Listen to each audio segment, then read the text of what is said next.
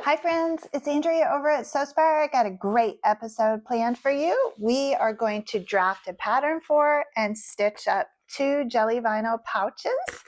I'm going to make a book recommendation to you. I'm going to tell you about my new personal library that I'm designing and all the suffering I've gone through to get that. And then I'm going to talk to you about this new pattern that I'm drafting. So if that sounds fun to you, do me a huge favor. Give the video a thumbs up right now and subscribe to the channel, and we'll jump right in. So we are going to begin with the little vinyl pouch. I've been really eager to order some of this jelly vinyl, they call it. I got it on Amazon. We'll link to that down in the notes for you.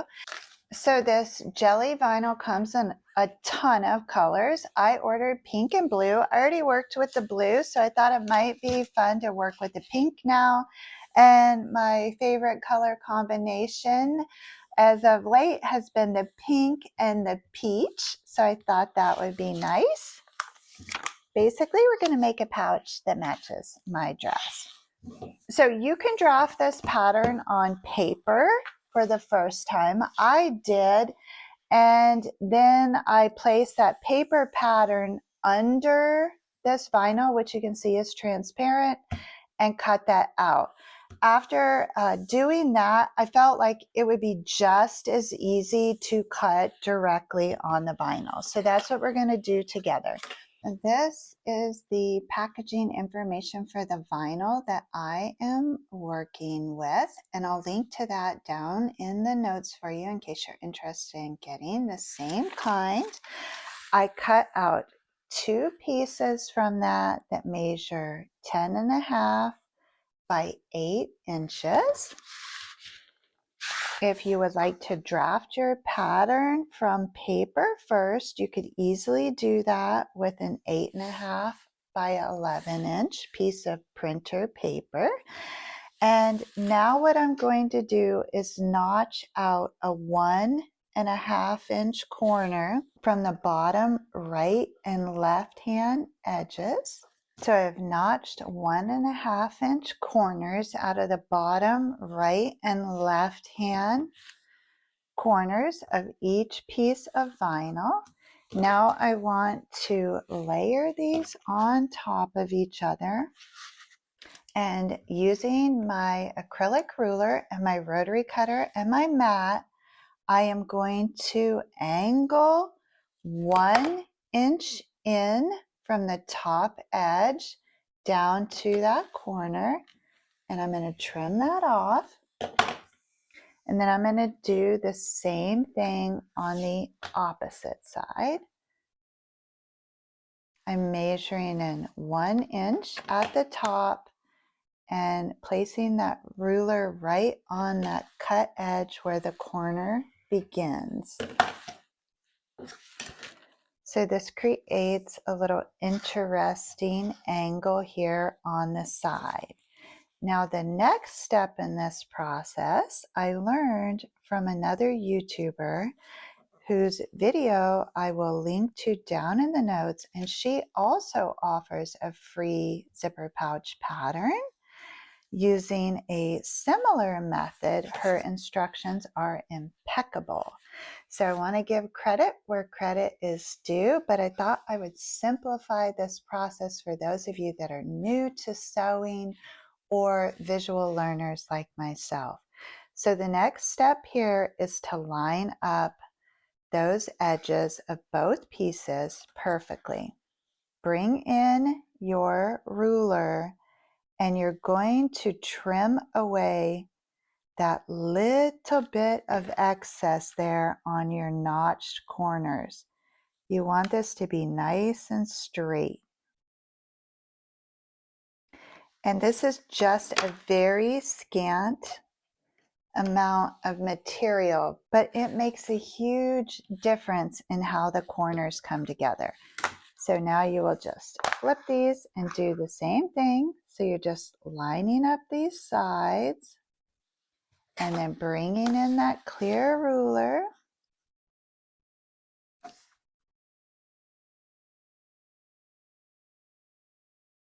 and making this a nice straight cut.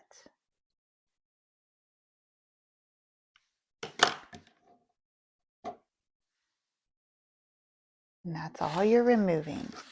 And then we want to cut off an 8.5-inch strip of our zipper. I really wanted to work with this peach zipper. I'm going to leave my zipper pull on there. And I actually have ordered extra zipper pulls, so I will not be wasting this. I can use it in a future project. Have your zipper pull in just a bit there and go ahead and stitch across this zipper tape so that you don't accidentally pull that zipper pull off the edge. And then there's nothing else that you need to do to these edges of that zipper right now.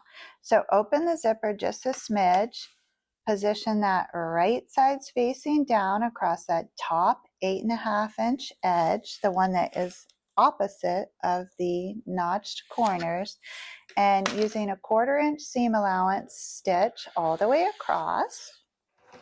You can reinforce with a back stitch at the beginning and the end. I am just working with 100% cotton thread, a 90-14 needle, and a 3.5 stitch length. I like to sink my needle and then raise up the presser foot and move that zipper head past that center point so that I can keep a nice even seam allowance. And that's what that looks like there. Then I'm going to position this zipper, right side's facing down across that top edge there, and I'm going to stitch across there again. And you may find it is easier to get that zipper open before you begin stitching. And then same thing, once you get a couple inches in, sink the needle, lift up that presser foot, and pull the zipper pull beyond the presser foot. Try to maintain that nice even 1/4-inch seam allowance.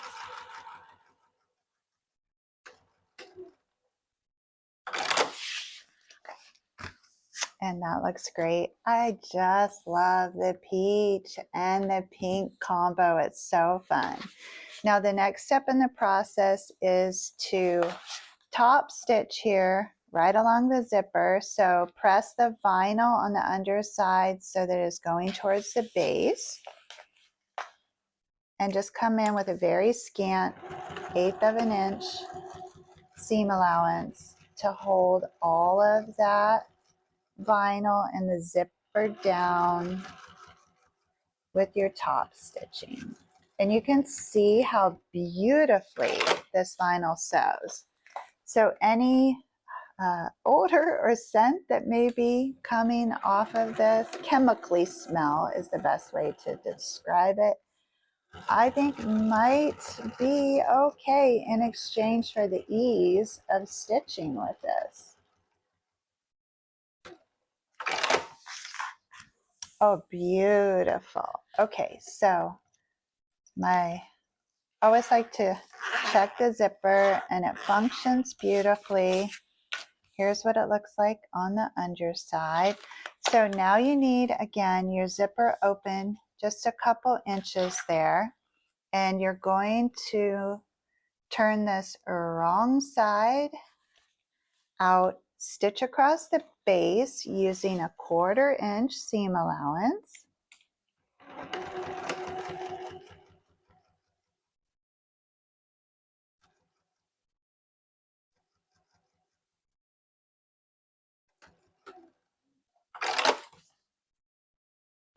Then you're going to come in and stitch down the sides using the same 1/4-inch.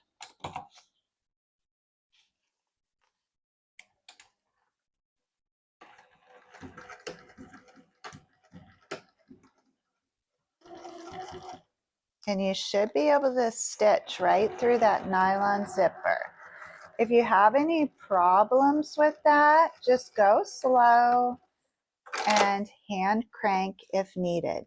It sometimes is easier to start from the bottom and then roll over the zipper.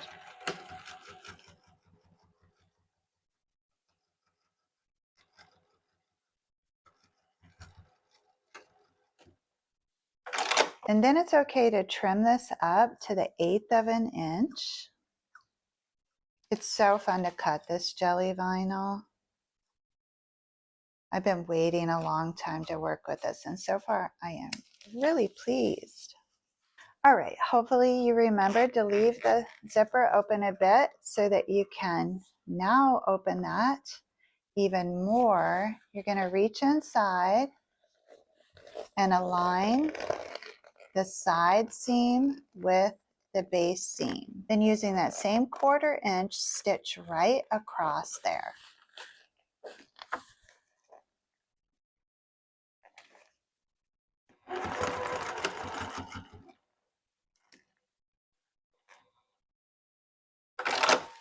And then you're going to repeat the same thing with the opposite corner, aligning that side seam and that base seam and stitching straight across there with the 1/4 inch seam allowance.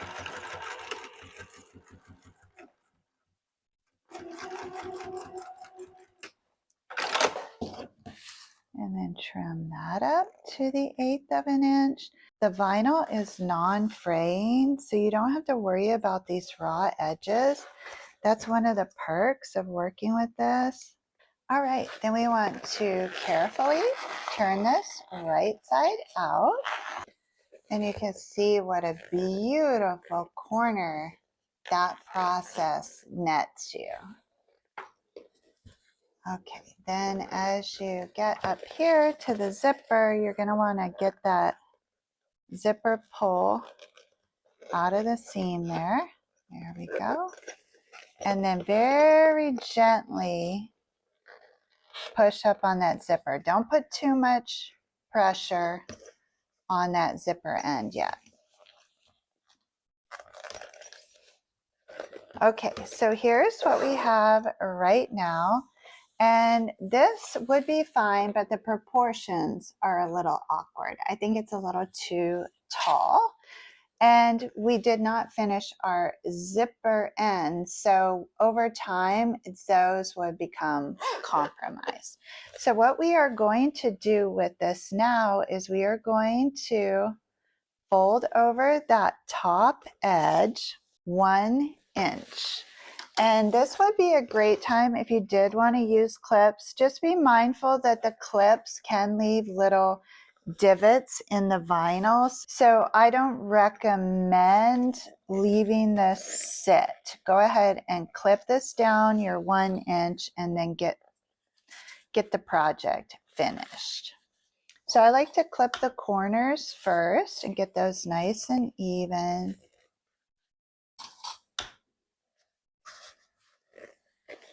And it never hurts to measure and just make sure that you are in fact nice and even. It should be 5 inches tall, 3 inches deep.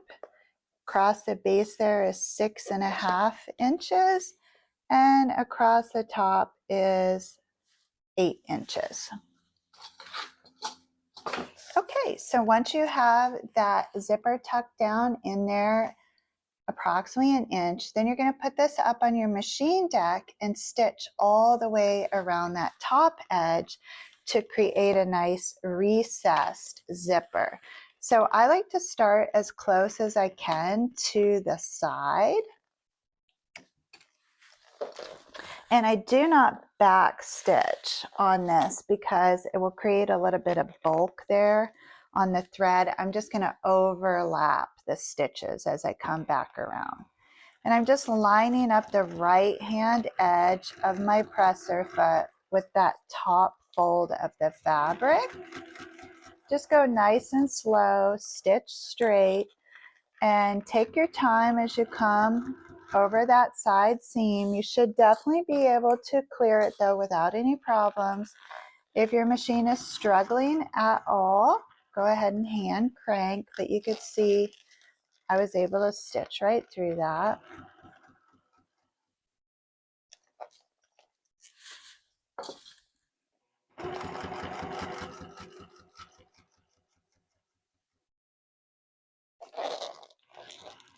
keep your zipper pull out of the way as you approach that second corner.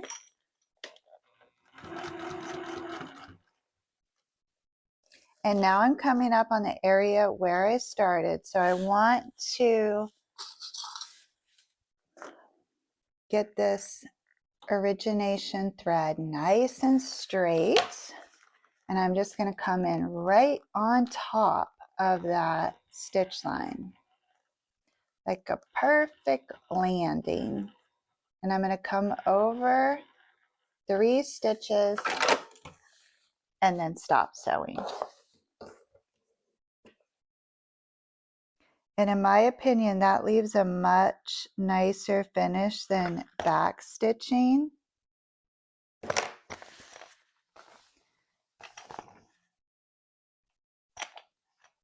There we go. Okay, so then you could just press out those corners, zip it up, and you have an absolutely darling zipper pouch that has proper proportions, a recessed zipper, and is ideal for so many things. I just think little zipper pouches are so much fun. I love making them. It's instant gratification. And working with the jelly vinyl makes it so easy because you don't have to worry about creating a lining. So I hope you enjoyed this project. This is a really fast, fun, functional sew that is so gratifying. If you enjoyed this project, do me a huge favor, give the video a thumbs up and subscribe to the channel. It's free and it certainly helps me out a lot. So as mentioned, I am in the midst of a massive home decor project. We moved into this house in September of 2023. That was a really busy time for me because I was starting my first semester as a full-time student at the university. I had transferred from the community college, so it was a new experience for me, and I was still trying to get my bearings there. Plus, Isabel was starting back up in school as well, and we have to drive her back and forth because we moved out of the school district, in addition to just, moving. So this room that I'm about to show you just became the spot where the movers put everything that I didn't have, clear direction for them as to where to put it, all right? So it has been piled high all the way to the ceiling since September. And the big problem with that is that's where the access to our utility room is. So like if we needed to change the air filter in the HVAC, access the hot water heater, and so forth. So in order to even do that, we've had to pull out all this stuff, change the filter, push it all back in. And then whenever something comes up and we don't know where to put it, it just gets stuffed into that room. Then, yikesy smixies, to make matters worse, a mouse moved in this winter. So we're kind of in the country. The mouse is to be expected, and I don't have a cat. So I just knew as soon as I got a break this summer, I had to deal with that space.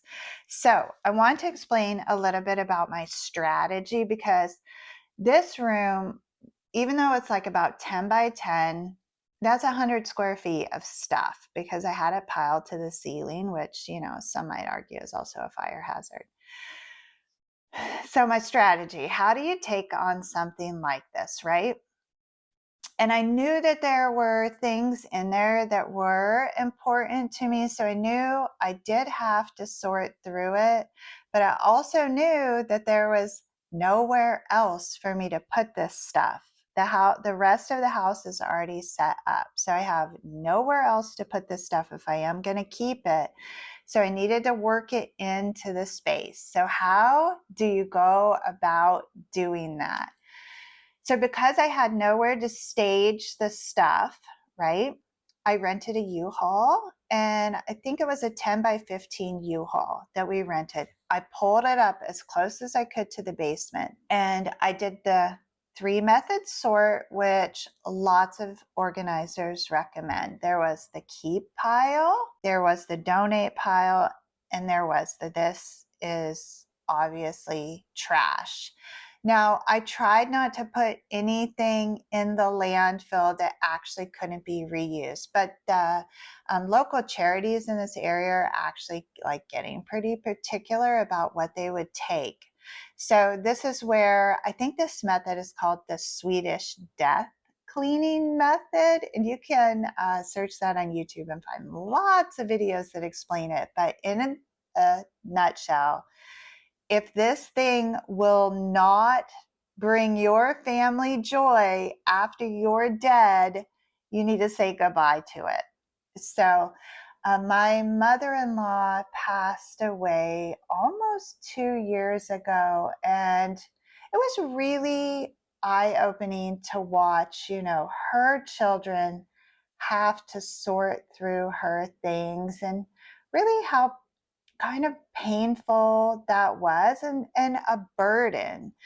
And so I don't want to do that to our children. So while I'm still relatively young and certainly able-bodied, I want to be purging our possessions so that when the day comes that they need to clean up our house, they don't have to suffer quite as much as my husband had to suffer when he had to clean up his mom's house. So that's my logic behind the Swedish death cleaning method. So it took 3 days. That's it to get to the point where I am now. All of that is good and fine, right? Like these are recommendations that lots of organizers make. Here's what I'm going to offer you that is unique. If I only had that information, another 10 years would pass before that space got cleaned out. What I really was missing, besides the time to do it, of course, is the inspiration. What is that space going to be after I put in all of this literal blood, sweat, and tears, because it's like 100 degrees here right now? What is this space going to become? And that's what I didn't know. Initially, when we moved into the house, it was going to be a little extra spot for a bed and a bonus guest room. That didn't really excite me, because I want to work in this space. I don't want anyone to sleep down here. I just got my son to move out of here. So now I just want to take over the basement. So I definitely did not want to make it a guest room. So that was not inspiring to me. Then, just having a storage room also is just not in alignment with my vision of purging our possessions and not having a bunch of clutter and junk and leaving a mess. So that didn't inspire me. And then one day I woke up with a vision that inspired me, got me excited. I told people about it, and I moved forward with it. And that's what these boxes here are behind me. I have so many books. I love reading. I've always loved reading. The bookstores around me are closing. I don't want to give up my paper books. I love to sit down with a book, annotate in it. I even reread books I've read in the past. In another life, I'm sure I must have been a librarian. So I am turning this little 10 by 10 room into my personal library.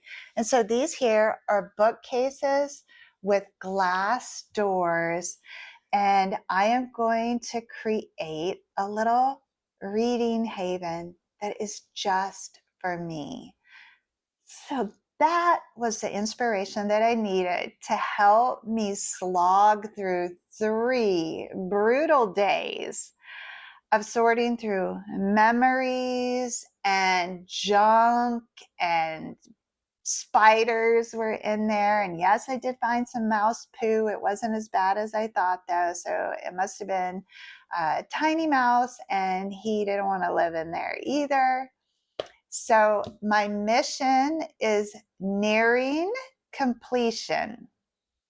The room, as you can see, has far less contents. What's left is probably 80% books. That's what you see in those small boxes because, you know, books are really heavy, so you can only pack them really in small boxes like that. So I have a lot of books, which I'm going to organize, I think in rainbow color. The bookcases that I ordered are the Billy bookcases from IKEA. I did get the glass doors on the top and then solid doors on the bottom because 10% of what remains in there is glassware. This house has a much smaller kitchen, and so I need somewhere to put my extra glassware for when we do have parties and have more family over. I can use real glass. So I'm excited to be able to put my glassware in there. And then I also have a fair amount of scrapbooks, which I created for our first two children who were born in 95 and 96. Everyone has moved into this digital world. It's unlikely that my children who are featured in these books would want them to take up so much space in their house. So my plan for these precious memories, which I know a lot of you that have storage spaces, there's precious memories in there and you don't know what to do with them or you're not ready to deal with that yet. Here's what I think I'm going to do with these scrapbooks. I'm going to give myself like a 5-year window so that these particular children who are now 28 and 29 years old have time to kind of start their families and like realize that, you know, their childhood mattered, right? And I'm going to ask them like once a year, you know, would you like one of your baby books? Would you like one of these scrapbooks? And if they want it, great, it's theirs. They can take them. Because also when I was cleaning, I found, you know, pictures of me that my mom had saved. And so that was really special to me. In the event that they don't want them, one, I won't be offended. But what I'm going to do is I'm going to digitally archive them, turn them into PDFs. So that's nice and easy. Email them to them and they can look through them, you know, or save them somewhere in the cloud and have them to reference at a future date. But then I'm also going to make a video of each scrapbook and I'm going to narrate it. So they have the story that goes with the scrapbook, and I'm going to share the link to the video. And in my heart, I really feel like that would be more meaningful because after I'm long gone, there won't be anyone to ask. Like, I think it's going to be my grandchildren and their children who would be most interested in these books. I don't have a whole lot of confidence that my children will preserve them. And that, you know, is no judgment on them. It's just really a sign of the times that we live in. Like if it isn't on your phone or your computer, it's a hassle, right? So I'm going to put these videos, you know, unlisted on YouTube and leave markers as to where they can find them. And that's going to be my best effort to preserve those books. So they will also be in my personal library and a little side project, kind of a legacy project that I'm going to be working on over the next 5 years. Yeah. So that's what's going to happen to that space. I'm going to ask that you give me till the end of August because the bookcases, I have to put those together just one at a time. They're really heavy. They're not very hard to put together. I have one that I have in my other studio space that I really like. It takes about an hour and a half to put one together, but they are heavy. So I don't want to do them all at one time. And also too, I'm going to put them together out here, bring them in one at a time, then unpack, fill them up because I have to gradually make space around the room.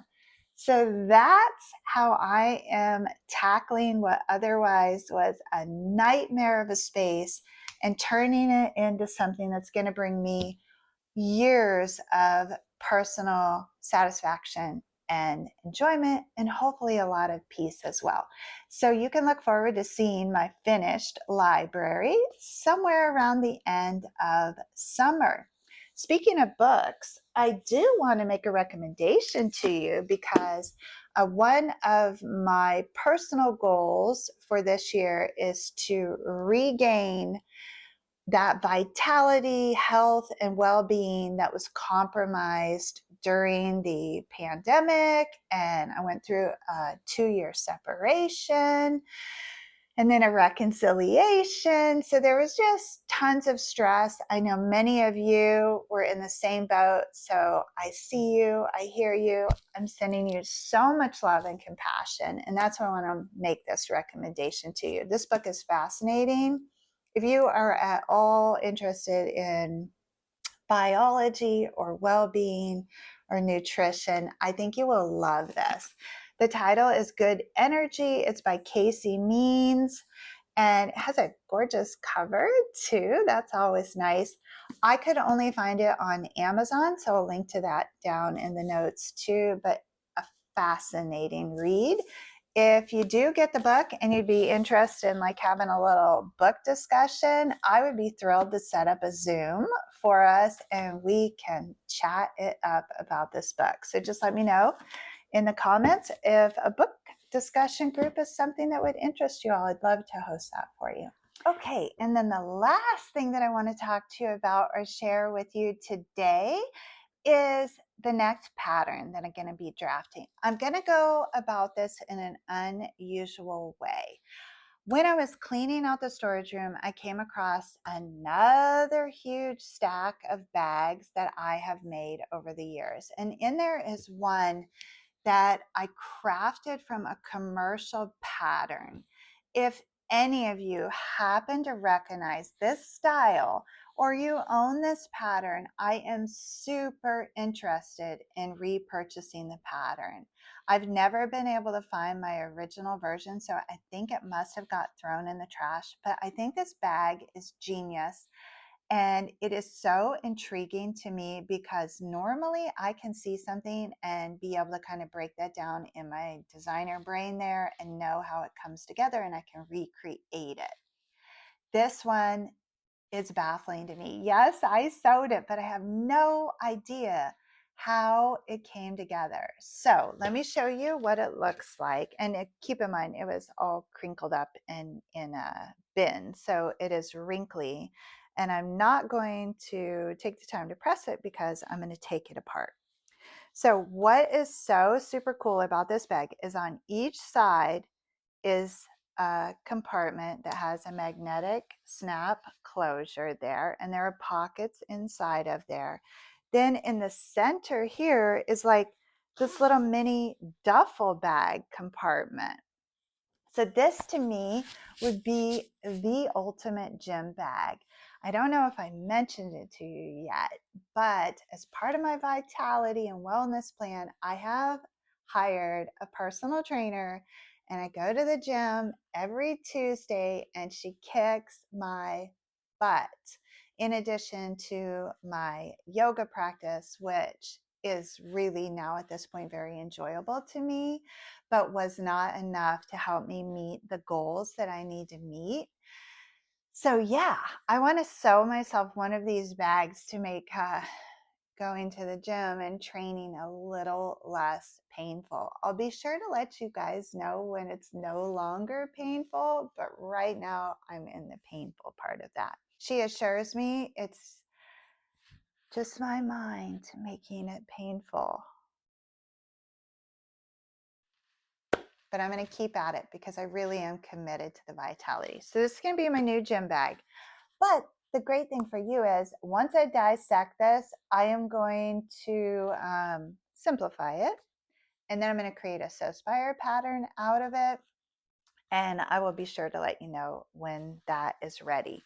In the meantime, if any of you have ever sewn a bag like this, it was definitely like a major pattern designer, like, you know, one of the big ones. I bought the pattern at a Joann's, I'm sure. It was not an independent pattern designer, but it's basically a little rectangular duffel bag at the bottom, flanked by 2 compartments on the side.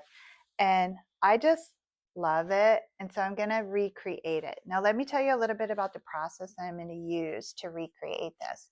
As one of my master classes, AMC, what we did is we found designer handbags at the thrift shop for just, a couple bucks. They were in bad shape.